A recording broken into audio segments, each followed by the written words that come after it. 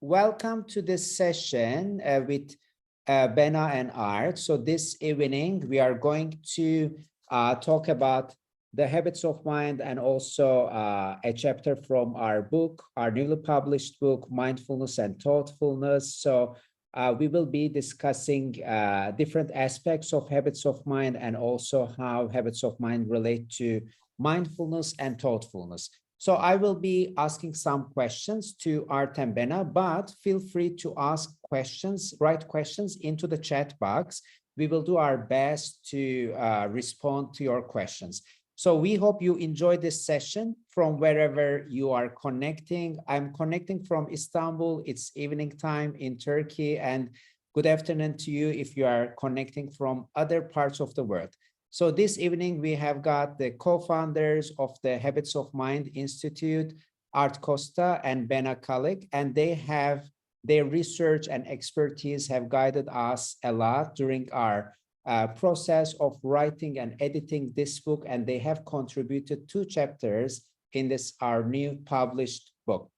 So Bena and Art, would you like to introduce yourself a little bit for our participants, maybe if they don't know you yet? I'm Art Costa, and I'm a retired university professor from California State University at Sacramento, co-author, along with Bena, for the Habits of Mind, co-director of the Institute for Habits of Mind. And he may say he's retired, but he's not tired. We can tell you that.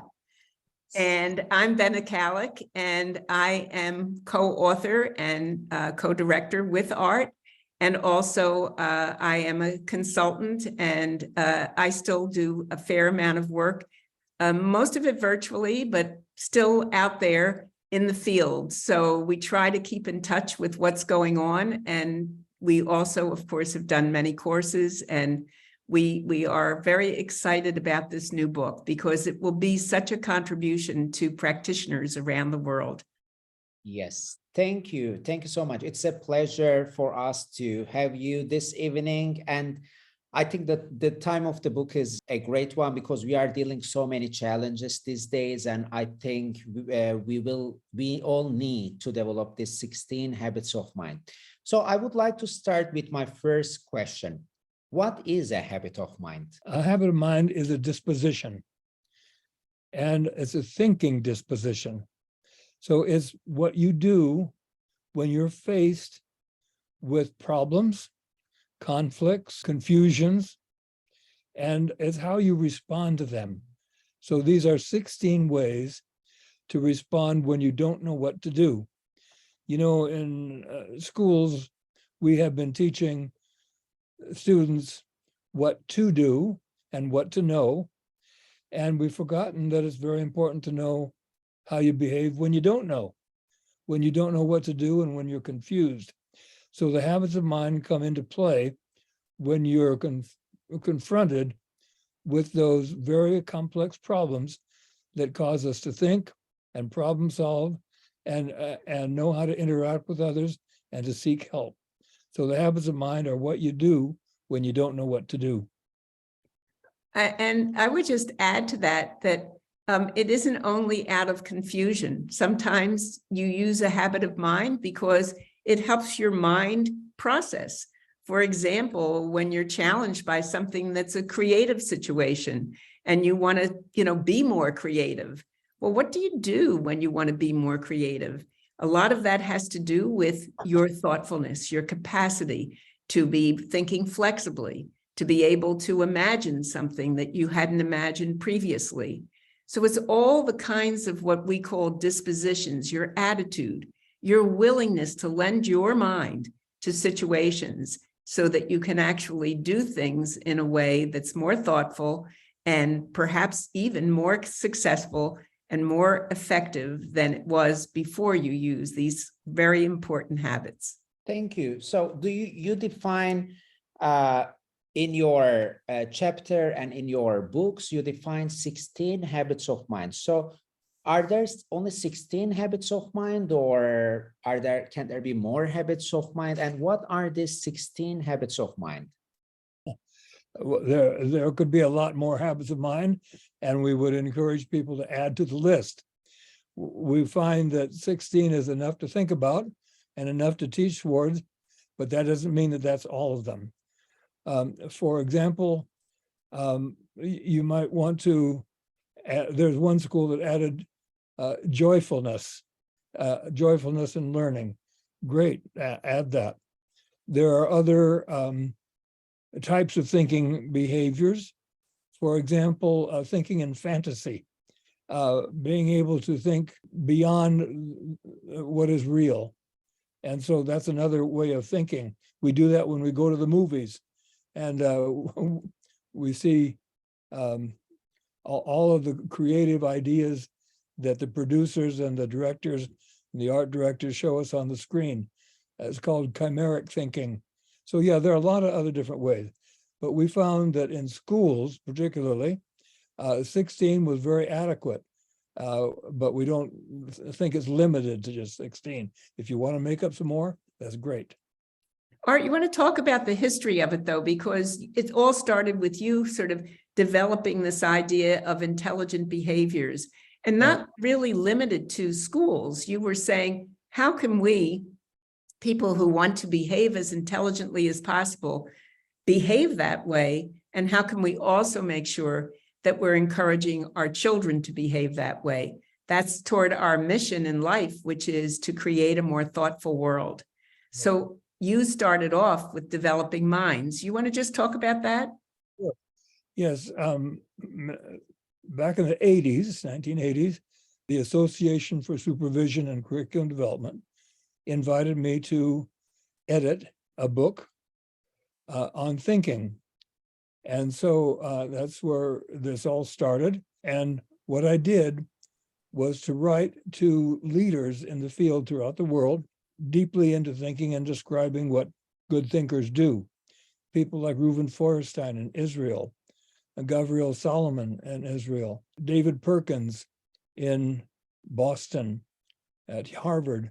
So I searched and found a lot of people throughout the world who were advocates of good thinking. And I asked them to describe the attributes of what good thinkers do, and good thinkers being those that have demonstrated that they are good in problem solving, they are good in interacting with other people, that they are good at assuming a very positive stance towards confusion and challenging situations. And so what I got back was a lot of definitions and descriptions of intelligent people who are behaving in a problem-solving kind of a way, effectively and efficiently. And after a while, after receiving all these, I began to see some patterns because many of the people were saying much the same thing. For example, Reuven Feuerstein talked about how you manage your impulsivity, or he called it restraining impulsivity. But at the same time, David Perkins and Bob Schwartz talked about not being a hasty thinker. Well, that's the same thing. Instead of jumping to conclusions, you gather a lot of data. And so that became one of the habits of mind, is managing that impulse. And then other people talked about, well, if you can't find one way to solve it, you find another way. So that became thinking flexibly. In other words, these patterns of thinking seem to recur.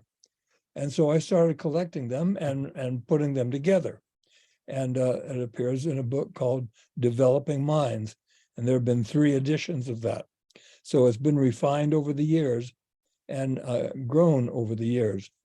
And basically speaking, what we said was that these are the behaviors and attributes of people who are effective problem solvers. And again, we didn't say that that was all of them, but rather that was the beginning of them.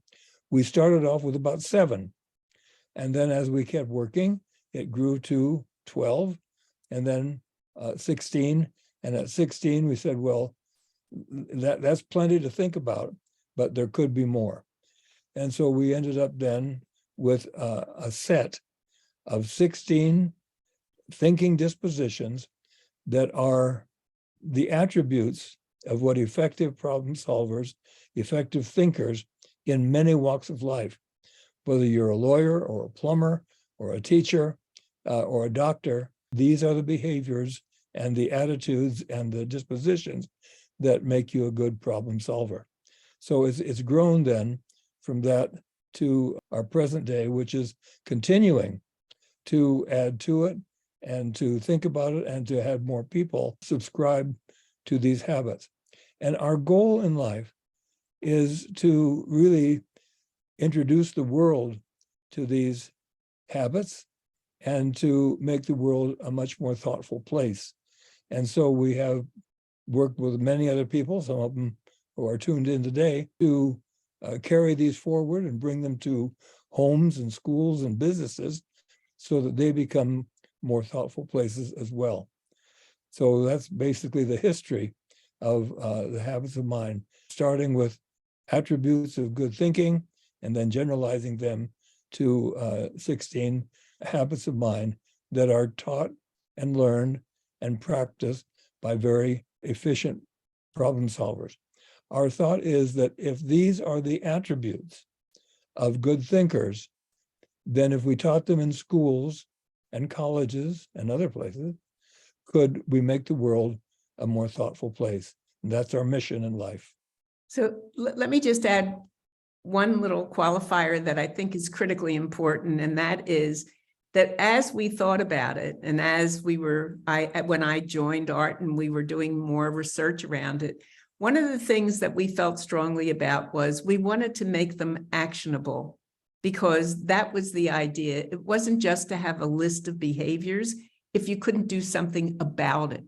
And so we wanted them to be behaviors, not just a list of names. So for example, a lot of people talk about honesty, and that's really an important characteristic, honesty. But what does it look like when you're trying to be honest? What do you do then? What do you do when you're really when you're striving for accuracy? That looks different with honesty, because now you're saying, I want to be honest. And one of the attributes I want to develop is, how can I be striving for accuracy? And then I might say, I want to be honest, but what else can I do from my habits of mind? Well, I might be thinking and communicating with clarity and precision, because that would also bring me to a status of feeling like I'm speaking with honesty. So what we try to do is, for example, persistence. People say, we want you to be persistent, but we said persisting. In other words, every one of our habits of mind is what we refer to as an ing word. It's ing because it's about becoming, it's about doing, it's about acting, it's behaviors that you can actually begin to observe. And we felt that that contributed to a lot of the dilemmas that people were experiencing of having a list of fine characteristics, but not the behaviors that were associated with it. Definitely, thank you. And I can add to this discussion about making habits more actionable. And as an educator, I can say the intelligent behaviors, the terms intelligent behaviors, helped me a lot to see what those habits of mine look like in practice. I really benefit from what you described in your books, and to make it more actionable and also observable in my students' performances. And listening to you, I heard you were referring to mindfulness and thoughtfulness as well, and it is a part of our book as well. So I'm wondering how you define these two big terms, two important terms. What is mindfulness and what are mindfulness and thoughtfulness for you? And how would these two concepts relate to the habits of mind? Bena, you want to take that one? Sure. Mindfulness, from our understanding and study, mindfulness is centering within yourself. So when you're mindful of things like how you're feeling at this moment, whether you are really capable of tuning out other things and focusing in on who you are at this time, that you can keep some of the chatter and the stress and all the things that are so associated right now that we have with our emotional lives, that you find your strategies for actually getting and finding your center, finding your way to kind of be within yourself. We then say that once you are in that place where you are really finding that, you are now moving into a social world in which your inner world has to interact with an external world. And so now you're really saying that to be thoughtful, you're going to develop another level of your cognition. So your first is to be what we call metacognition, to be metacognitive, to be aware of your inner self, and then metacognition, to also be aware of how yourself is interacting with others, with the environment, with, as Art says, the problems, the challenges. It's like, what happens and what are the behaviors that we need to develop in order to be both mindful and at the same time thoughtful? Thank you. And I want to quote from your foreword in this book, because I really find your definition very is bringing the importance of mindfulness, being mindful these days, the importance of mindfulness. You are saying that teaching involves the whole of us.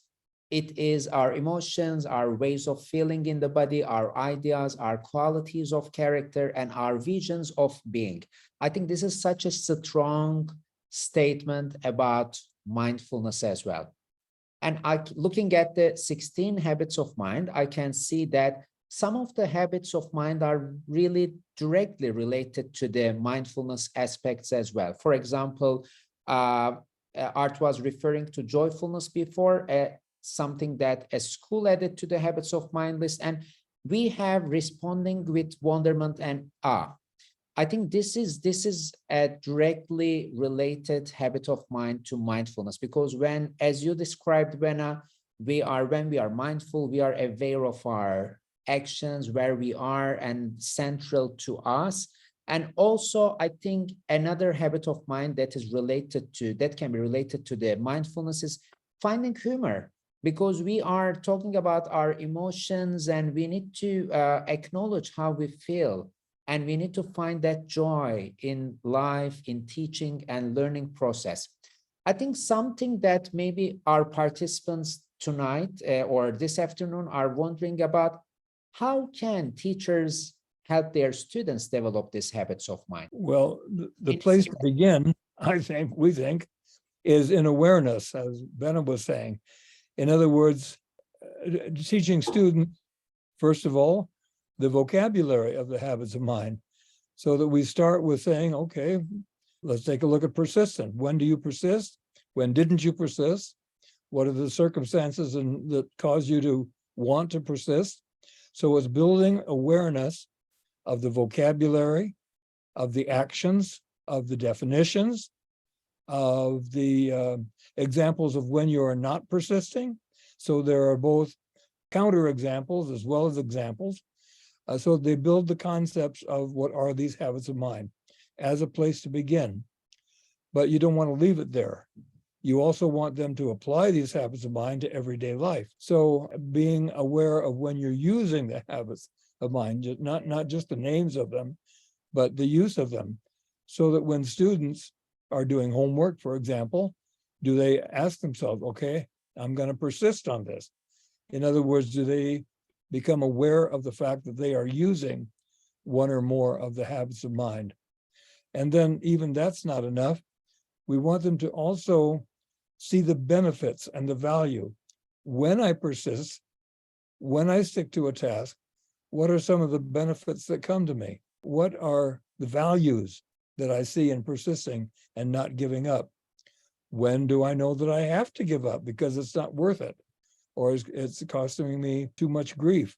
So it's knowing when to use the habits and when not to use the habits as well. And then there comes a time of advocating. So when kids are working in a group, in school, for example, a student might say, well, let's stick to this. Let's complete this.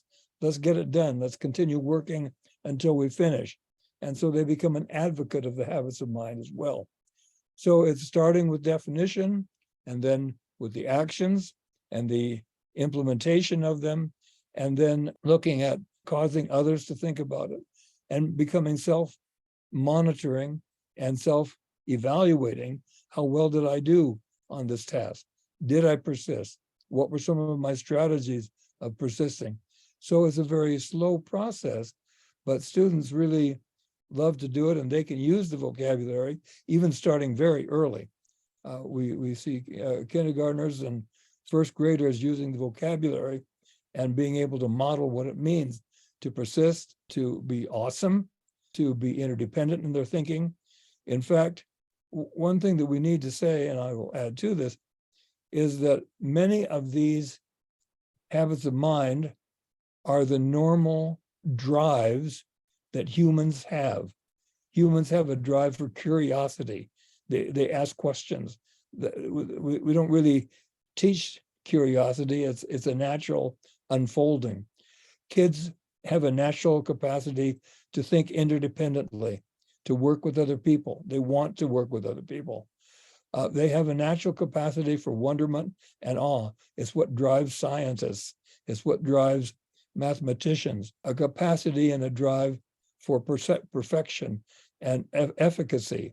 So striving for craftsmanship and skillfulness in using words and behaviors, this is a human capacity.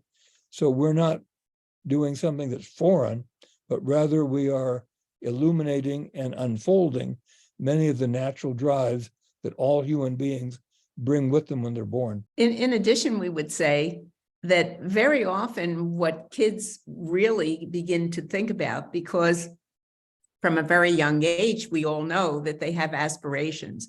What am I going to be? What do I'm interested in? I want to see what the fireman does. I want to see whether we can, go to see something else. And as they get older and apprentice, they start looking at, oh, this is what it's like to be an engineer. And here I'm seeing this. So we often have the students start with thinking about I just was working with an early childhood group of children today, but I was with the teacher who was doing that. And we were talking about it. And we said, what does it mean to behave like a scientist? Because we're going to be doing a science project now. So what does it mean to behave like a scientist? And we put up the habits of mind and we said, which one of these do you think would be most important if you're going to behave like a scientist today? And the kids looked and looked and they said, oh, you'd have to be questioning and posing problems because that's what scientists do. Yeah, that's really true. What else?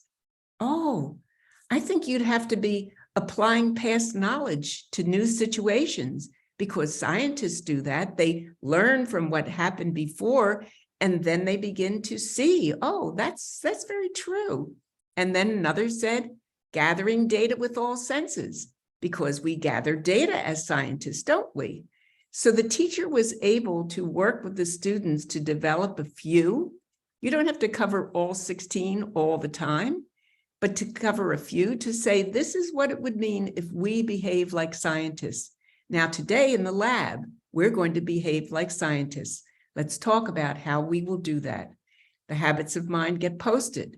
The children begin to see that this is what's expected. So as much as the knowledge is expected, the processing and thoughtful behaviors are expected. And that's what we see is what really brings it to a classroom in a way that makes sense. Let me just add a little bit to that.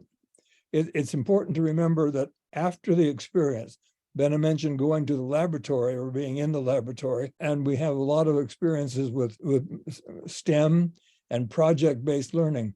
So after the learning, after the experience of project-based learning, it's important to have a reflection. So the teacher asks, which of the habits of mind served you as you were working on your project? And the kids will say, well, I had to persist. I had to think interdependently because I couldn't do this alone. I had to work with other people. And furthermore, the reason why I did this project was because I was fascinated. I was amazed.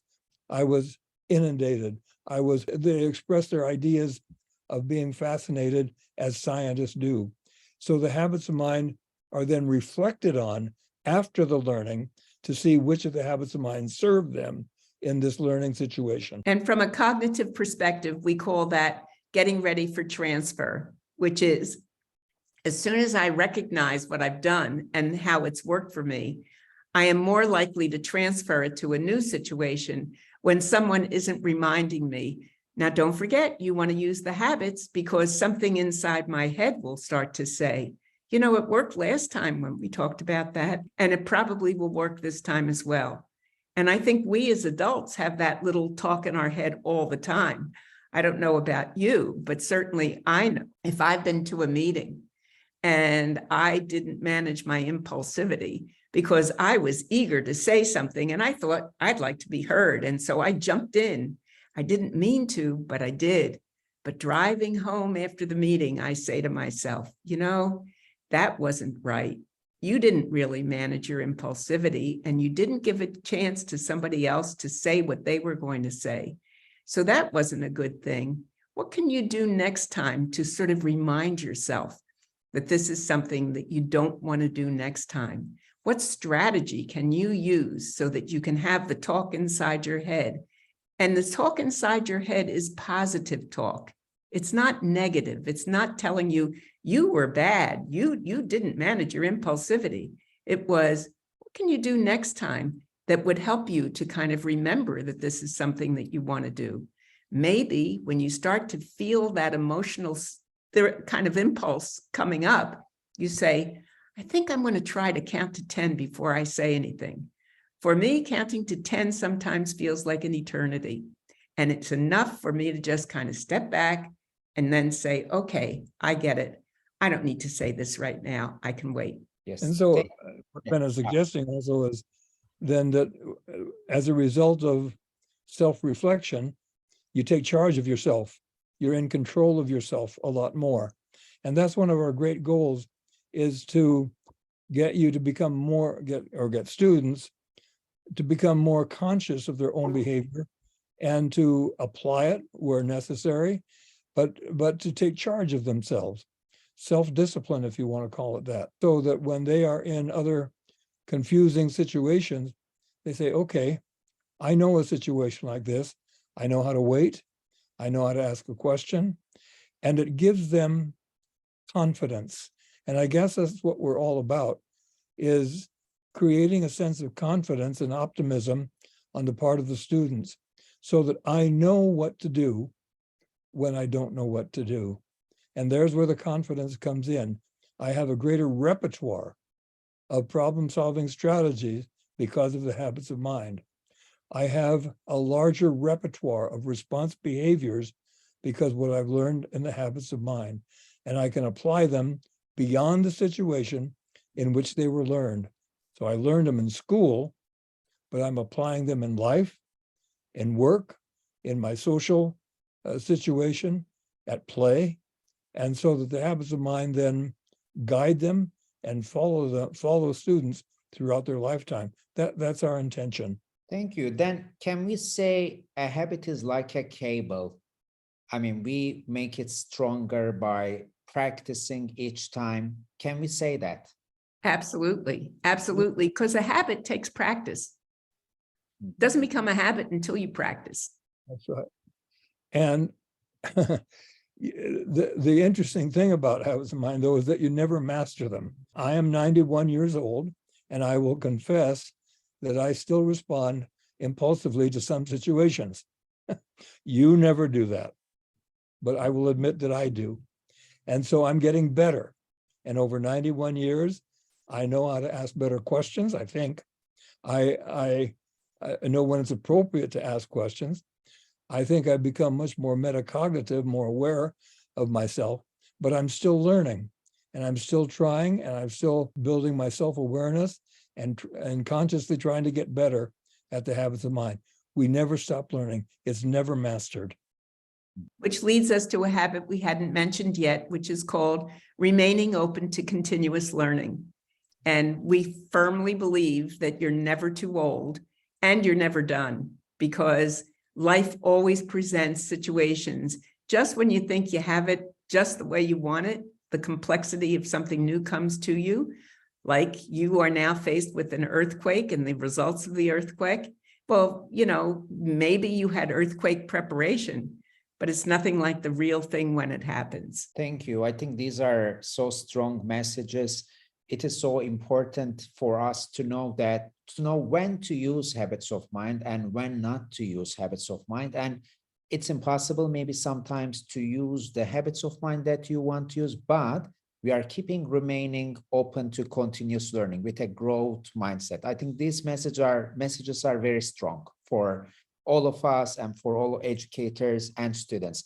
I'm wondering if there are schools that have been around the world that have been using habits of mind. And if you can tell us a little bit about the schools that are using habits of mind, and if they are using habits of mind in combination of, I don't know, other frameworks, or if they are using some curriculum standards and habits of mind. And do you see the schools are succeeding, and what are your observations? Well, we see schools all around the world. In fact, we have somebody who's present right now at this meeting who is in a school that's been using habits of mind for many, many years. Nick Brusky is here, and he's in a certified school, Montecito School in California, where they've been using it. And, we have certified schools from around the world, and that is really, some of the people are in the book because they've really representing the practices of what it means to take it in depth. For example, I know that Priscilla Torres is in the book, and she's talking about the work that she's doing in Brazil with the habits of mind. Yes. So there's the whole idea when we talk about the whole school as a culture, what we're talking about is that the more everyone is really envisioning and living and being engaged with the habits of mind, the more likely it is that it will grow, because it grows to the parents, it grows to the community, it just grows. So I think that is probably, I'm not sure what else you were thinking about talking about. I think this is great, Bena, and I can say that in the book we have got chapters from different schools which are using habits of mind. And I was wondering if you have got any results, or if you have made any observations in those certified schools to see what is the impact of habits of mind, mostly in what areas, for example, in students' social and emotional skills, or in their academic achievement. Yes. I think we have a list of the kinds of areas that we ask people to pay attention to. So we ask them to pay attention to the academics, because that's critical. The school is the place where we are cultivating and developing the habits of mind in relationship to the academic standards, in relationship to all of the things that we know that we're going to map out in our curriculum. So certainly the focus of our story is where we want them to be developing some of the knowledge and skills, but the story also includes how the habits of mind grow because of their attention to the way they give meaning to what they're learning. So how do they process it and think about it? Then we also have it for the parents. We want people to really be concerned, because parents are very interested in this and want to know, what can I do at home to support my kids with the habits of mind? And I think that there are so many things that we see happening with parents these days, because what happened with hybrid learning, and I think right now, if I'm understanding right, you probably in Turkey are doing more hybrid learning. And one of the things that's really interesting about that is, I mean, there's the good news and the bad news. But one of the interesting things is the parents are now in the place where the kids are learning. So it isn't, we send you to school, we go to work, well, here, did you have a nice day? It's like we are observing our children in front of a computer learning, and a teacher teaching, and homework that they're being asked to do. And we're more involved now as parents with, what does this mean? And how can I be most helpful? And what does it mean as a parent to really be encouraging my child to be persisting when they're not so sure what they're doing? What are the options? How do we teach them to go to find the resources that they need? So we're finding that the parent piece of this now has been strengthened by the need from parents seeing more likely, are kids really doing the work, learning how to do the work, and learning how to become independent? And what we hear a lot about these days is that the answer is, when I observe my kids, they wait for me to tell them, did you do your homework? Did you get this done? How can I help you? What can I do? And we're realizing that that sense of agency, of self-direction, needs to be strengthened. And so schools are putting more attention to that now. And then we also do a lot of work with assessment, which is, how do you know if they're getting any better? How do you know, as Art said, there's no such thing as mastery, but there is such a thing as growth. So how do you know if they're getting any better? And how would you observe that? And what are some strategies that you can use to observe that? So Art, you want to pick up on a few too? I was kind of rattling off. Well, you started off, Bena, by saying that we're very interested in academics. And of course we are. We want students to know their maths, and we want them to be able to read, and we want them to be able to know something about history and our culture. And what we find is that it's inseparable. You cannot understand academics without understanding the habits of mind as well. So they're taught together.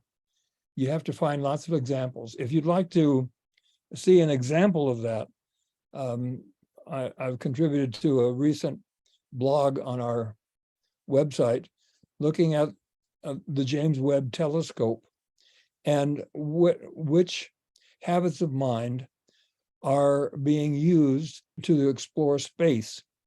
And very certainly the driving force, as you must know, for the scientists to explore space is wonderment and awe. But that's not all. They also are questioning and problem posing. And the James Webb Telescope produces more questions for us than it gives us answers. In other words, we still don't know if there is life on other planets, but we're beginning to think that there is through research from James Webb Telescope. So what I'm saying is that in teaching the science, it's very important that the behaviors of the scientists are taught at the same time. You cannot understand scientific principles if you don't understand what the scientists did to produce those. And so understanding the habits of mind behind the academics is as important as the academics are themselves. For example, let's say you're teaching kids reading. Fine. Much of reading is a metacognitive process. And if you have to be conscious of what the words mean. Well, let me ask you a question. Have you ever been reading along and all of a sudden you realize that your brain is wandering, that you've lost track of where you are in the text? Well, how do you get back on task? In other words, that's a metacognitive process. So reading is basically metacognition. And if you understand more about metacognition, you can understand reading. Same is true in math. Most of the math problems that we teach kids, we check for right answers. Well, let's ask kids how they produce those answers. What was going on in your head to come up with that answer? And when you ask a classroom of 30 kids, or how many ever you have, you come up with about 30 different ways of coming up with the answer. That's all metacognition. So what I'm saying is that the academics are important. Of course they are. And what makes them rich and teachable and learnable are the habits of mind that accompany them.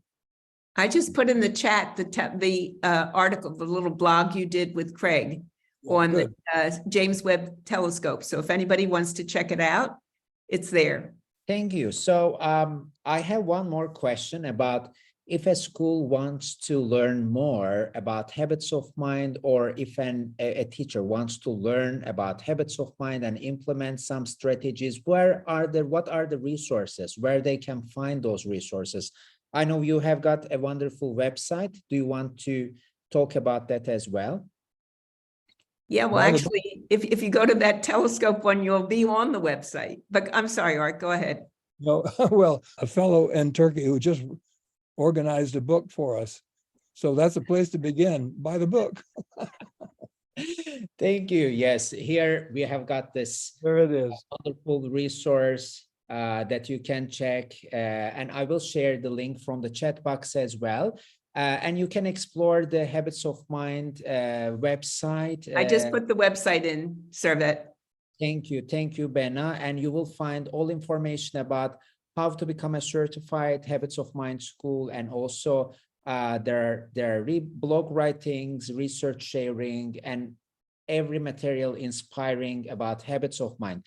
We can have a few questions. If there are a few questions from the audience, if you have, we can answer a few questions. Or comments also. One Or comments, definitely. Nick Brusky, his school has been using Habits of Mind for quite Yes. some time, and maybe he wants to make a comment too. Yeah, I'd be happy to just echo, what I've been hearing all day is, the habits of mind have been so beneficial for not just our students, our school community, our parents, our teachers, our staff. The couple chapters that I've contributed, one has been about some, pretty devastating things that have happened in our community, and the habits of mind really pulled us all through, pulled us together and tighter as a community, and made us all better. And then on top of that, I would just say, we're trying to launch these students into a future that's uncertain, and these skills transcend all content and discipline areas, and just helps them be, successful, productive members of society. There's someone, thank you, Nick, thank you. And there's someone else here who you might want to hear from, because she just finished becoming an individual practitioner in habits of mind. Asma, you want to say just a word? Yes, hi all. Thank you so much. Like, I really enjoy listening again and again, and to the habits of mind, because it's really changed my how I can say it, like in academic level and in personal level. It changed my thinking. It changed my behavior, and really and also this effect. I'm working on my PhD. And I'm using these habits of mind to connect it to reading, to see how kids, as a reader, how they can benefit from the habits of mind.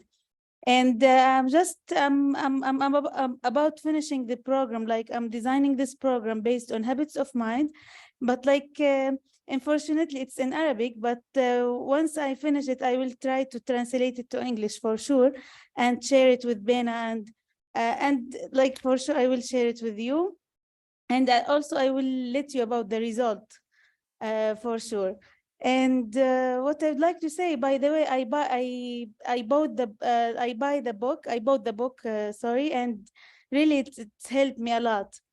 This is what I would like to say. That's you. wonderful. Wonderful. And we have a few participants from Turkey. I know Jenny, Pınar, and Buse.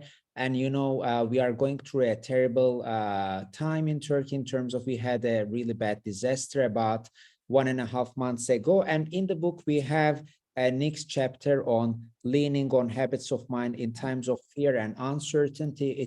I think this makes a lot of sense for us as educators dealing with these challenges, and also unseen incidents that we are experiencing nowadays in different parts of the world. You can type in the chat box as well. Thank you, Jenny. Thank you for joining us today. Thank you. My journey started around 2013, when I started with an email to Art and Bena about my PhD study.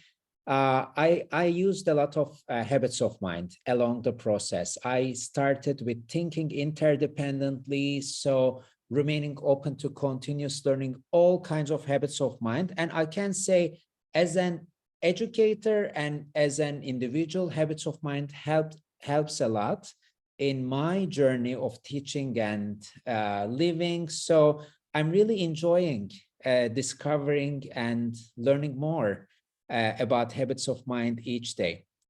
Thank you. Thank you for joining us. Thank you. Thank you for taking the initiative to co-author the book so that we could have it. So thank you. Yes, Thank you. Mhm. there's some future meetings that they can attend. So Yes. that- Yes, I can mention that as well. This Thursday, we are going to have another meeting with Ellison Zumuda joining us. We will be focusing on how school culture with habits of mind, helping the students and the educators. So we will focus on the school culture part. And in the following weeks, we are going to meet other authors of the book, focusing on different aspects of the book. So please stay tuned and follow our announcements on the Habits of Mind Institute website and other social media channels. So this Thursday, we will meet 1 hour earlier, and we will be posting the Zoom information from tomorrow on. So we will be happy to see you again if you can join us. Art and Bena, any final words? For me, only to say thank you, Servet, for your leadership. Thank you. It's a pleasure. Yes, I echo that. Thank you. Thank you so much. So I think this is the end of our session for tonight. Thank you for this afternoon. Thank you for joining us, and let's keep using and developing our habits of mind.